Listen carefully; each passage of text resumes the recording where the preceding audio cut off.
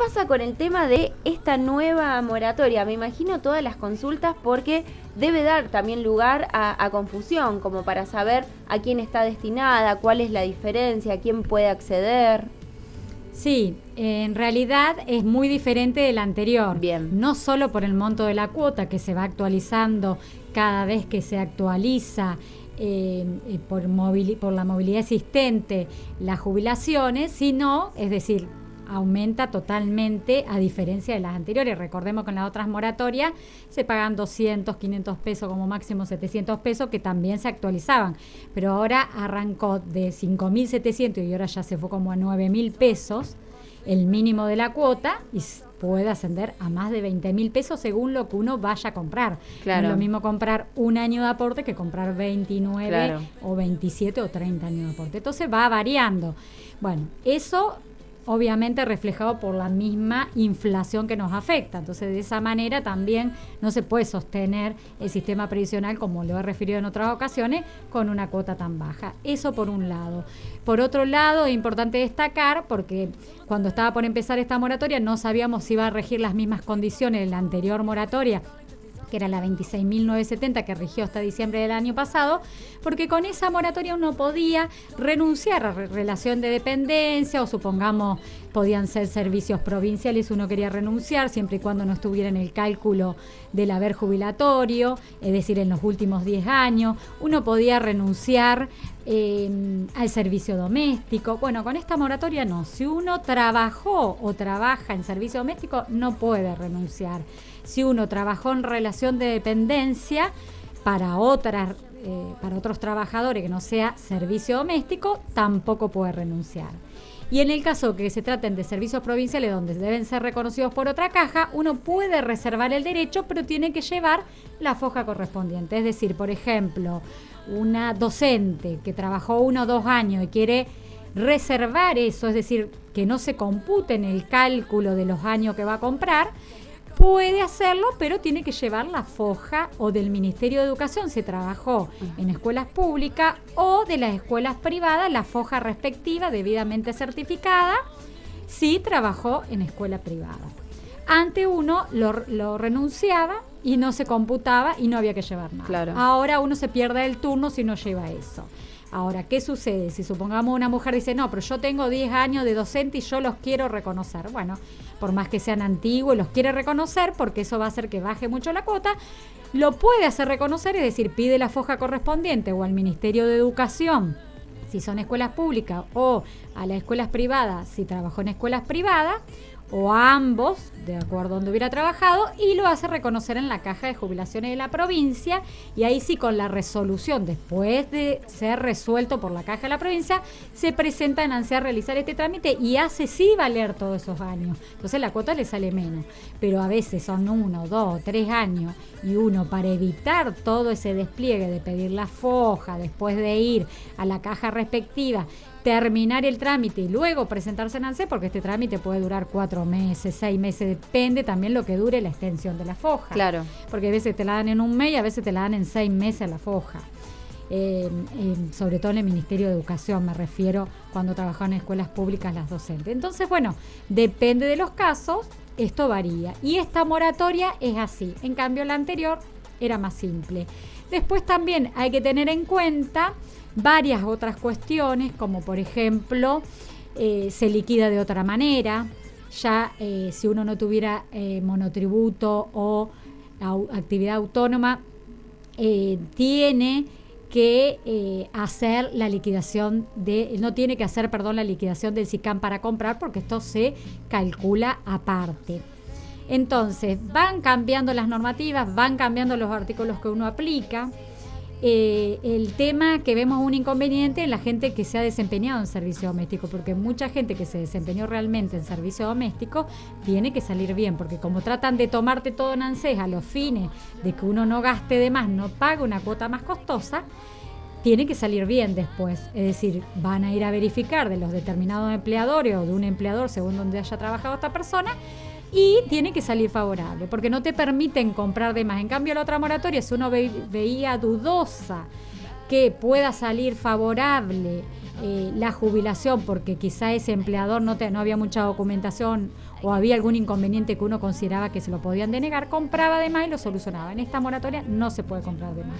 Entonces el servicio doméstico es más complicado, por eso a veces también aconsejamos que si no son tantos los años trabajados, que se puedan desafectar en la medida que sea posible, obviamente, en la AFIP, los periodos respectivos. Entonces, si AFIP los desafecta, los hace desaparecer del sistema, si uno como particular, es decir, quien trabajó en servicio doméstico, pidió ese reconocimiento de servicio doméstico en AFIP y AFIP resolvió favorablemente, de esa manera también va a poder borrarlo del sistema y queda eso eliminado. Pero si no lo puede eliminar, lo va a tener que probar. Y si no lo prueba, va a ser rechazado y lo va a tener que volver a presentar por segunda vez. Ese también es otro inconveniente que se nos presenta. Bueno, con respecto a los turnos, te quiero remarcar que es muy importante que tengan en cuenta, porque dice la gente, no hay manera de conseguir turnos. Bueno, a veces hay turnos dispersos en distintos horarios. Supongamos uno puede pedir ahora a las 21 horas y puede encontrar algún turno suelto, como no. A veces también habilitan determinado operativo en el transcurso del día o algún día de la semana.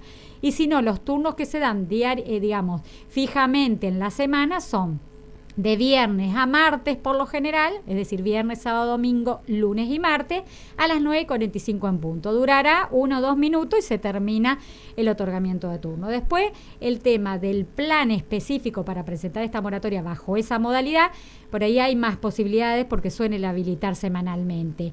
Pero otros turnos comunes como jubilación, asesoramiento de tarea de cuidado, pensiones por fallecimiento, es más difícil encontrar porque es en ese horario que remarqué.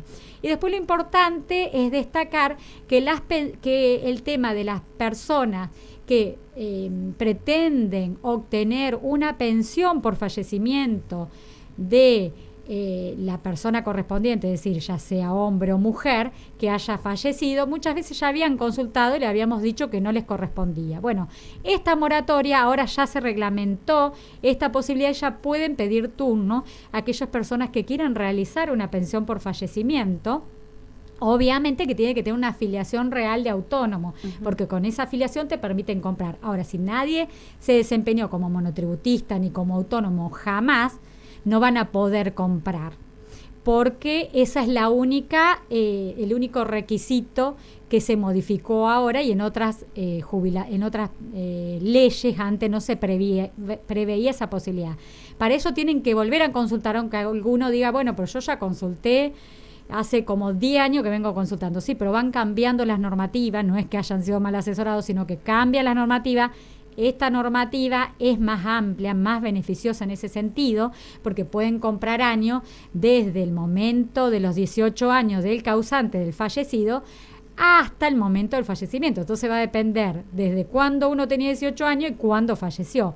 Si hay poco tiempo para calcular, no va a quedar comprendido en esta nueva moratoria, pero si no, sí, por eso hay que analizar cada caso. Entonces les aconsejo que aquellas pensionadas, aquellas personas, que no pudieron obtener su beneficio de pensión cuando hicieron sus respectivas consultas anteriormente al fallecer la persona, bueno, tienen que volver a consultar, pero recuerden siempre y cuando supieran que tienen una inscripción de autónomo o monotributo, y si nunca consultaron pueden ver esta posibilidad, porque hay gente que dice yo no tengo idea si tenía una afiliación de autónomo. Bueno, eso es fácil de determinar y el profesional se lo va a saber decir. Esto se acaba de reglamentar, estaba en la ley, pero yo venía diciendo que no se podía presentar. Lo que no se está pudiendo presentar son las personas que tienen 10 años menos de la edad jubilatoria, tanto hombre como mujer, todavía no puede comprar anticipadamente. Esto seguramente lo estarán autorizando dentro de un tiempo, porque todavía la demanda es bastante en ANSE y bueno, el personal sigue saturado porque todavía hay gente que recién empezó a sacar el turno por más que haya cumplido la edad jubilatoria o que tenía que buscar otra documentación, porque justamente esta moratoria pide cosas que antes no preveíamos que le íbamos a necesitar y ahora ya sabemos que sí. Entonces a veces esa documentación requiere tiempo, como lo que refería anteriormente de las fojas respectivas, si tuvieran que reservar esos derechos o si tuvieran que hacerlo reconocer en la caja respectiva. Entonces, bueno, es importante que tengan todo en cuenta, todo lo mencionado, sobre todo también el tema de las PUAN. No olviden que la PUAN finaliza con el fallecimiento del titular, es decir, que si quieren transformarlo en una jubilación, también consulten, sobre todo si tienen un futuro beneficiario, porque si llegan a fallecer, ese beneficio no va a poder ser transmitido, sobre todo si también tienen un hijo discapacitado, se va a quedar sin la posibilidad de transmitirle ese beneficio. Así que a tener en cuenta todas estas cuestiones, tienen que seguir consultando, no es lo mismo la otra moratoria como lo referí con esta, y bueno, hoy prácticamente la mayoría de las personas al cumplir la edad pueden acceder, hay algunas que no, por distintos motivos. También recordemos que hablé la semana pasada, por ahí el video después se cortó al último, del tema de migraciones. Aquellas personas que son extranjeras y no hicieron el trámite de migración y van a iniciar la jubilación, no van a ser admitidas porque previamente tienen que terminar este trámite.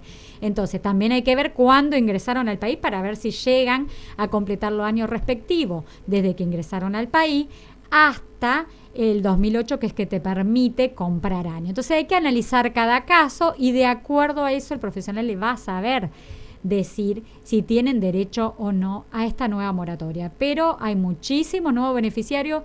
También les quiero remarcar que a partir de junio ya cobraron un montón de gente. Este mes que está en curso, obviamente junio, siguen cobrando los primeros que iniciaron esta jubilación.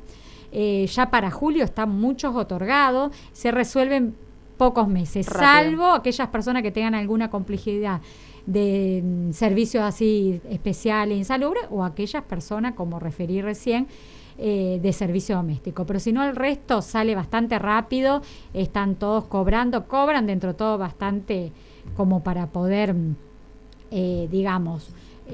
cubrir los honorarios si tuvieran un profesional, o por lo menos para saldar casi todo y para quedarse ellos con algo de dinero. Así que bueno, es importante que estén atentos. También recuerden que esta moratoria habilita a, si no pasan el socioeconómico, que es lo que se sigue realizando, a pagar al contado. Obviamente que a veces se elevan la suma, claro, a 2 millones, 1.800.000. Entonces, bueno, si uno no pasó bien el socioeconómico y tiene que pagar eso, bueno, obviamente que tiene que contar con ese dinero. Pero hoy sí tiene la posibilidad de iniciar este tipo de moratoria a aquellas personas que no pasaban el socioeconómico. Doctora, bueno, completísimo como siempre. La esperamos la semana que viene. Nos vemos pronto.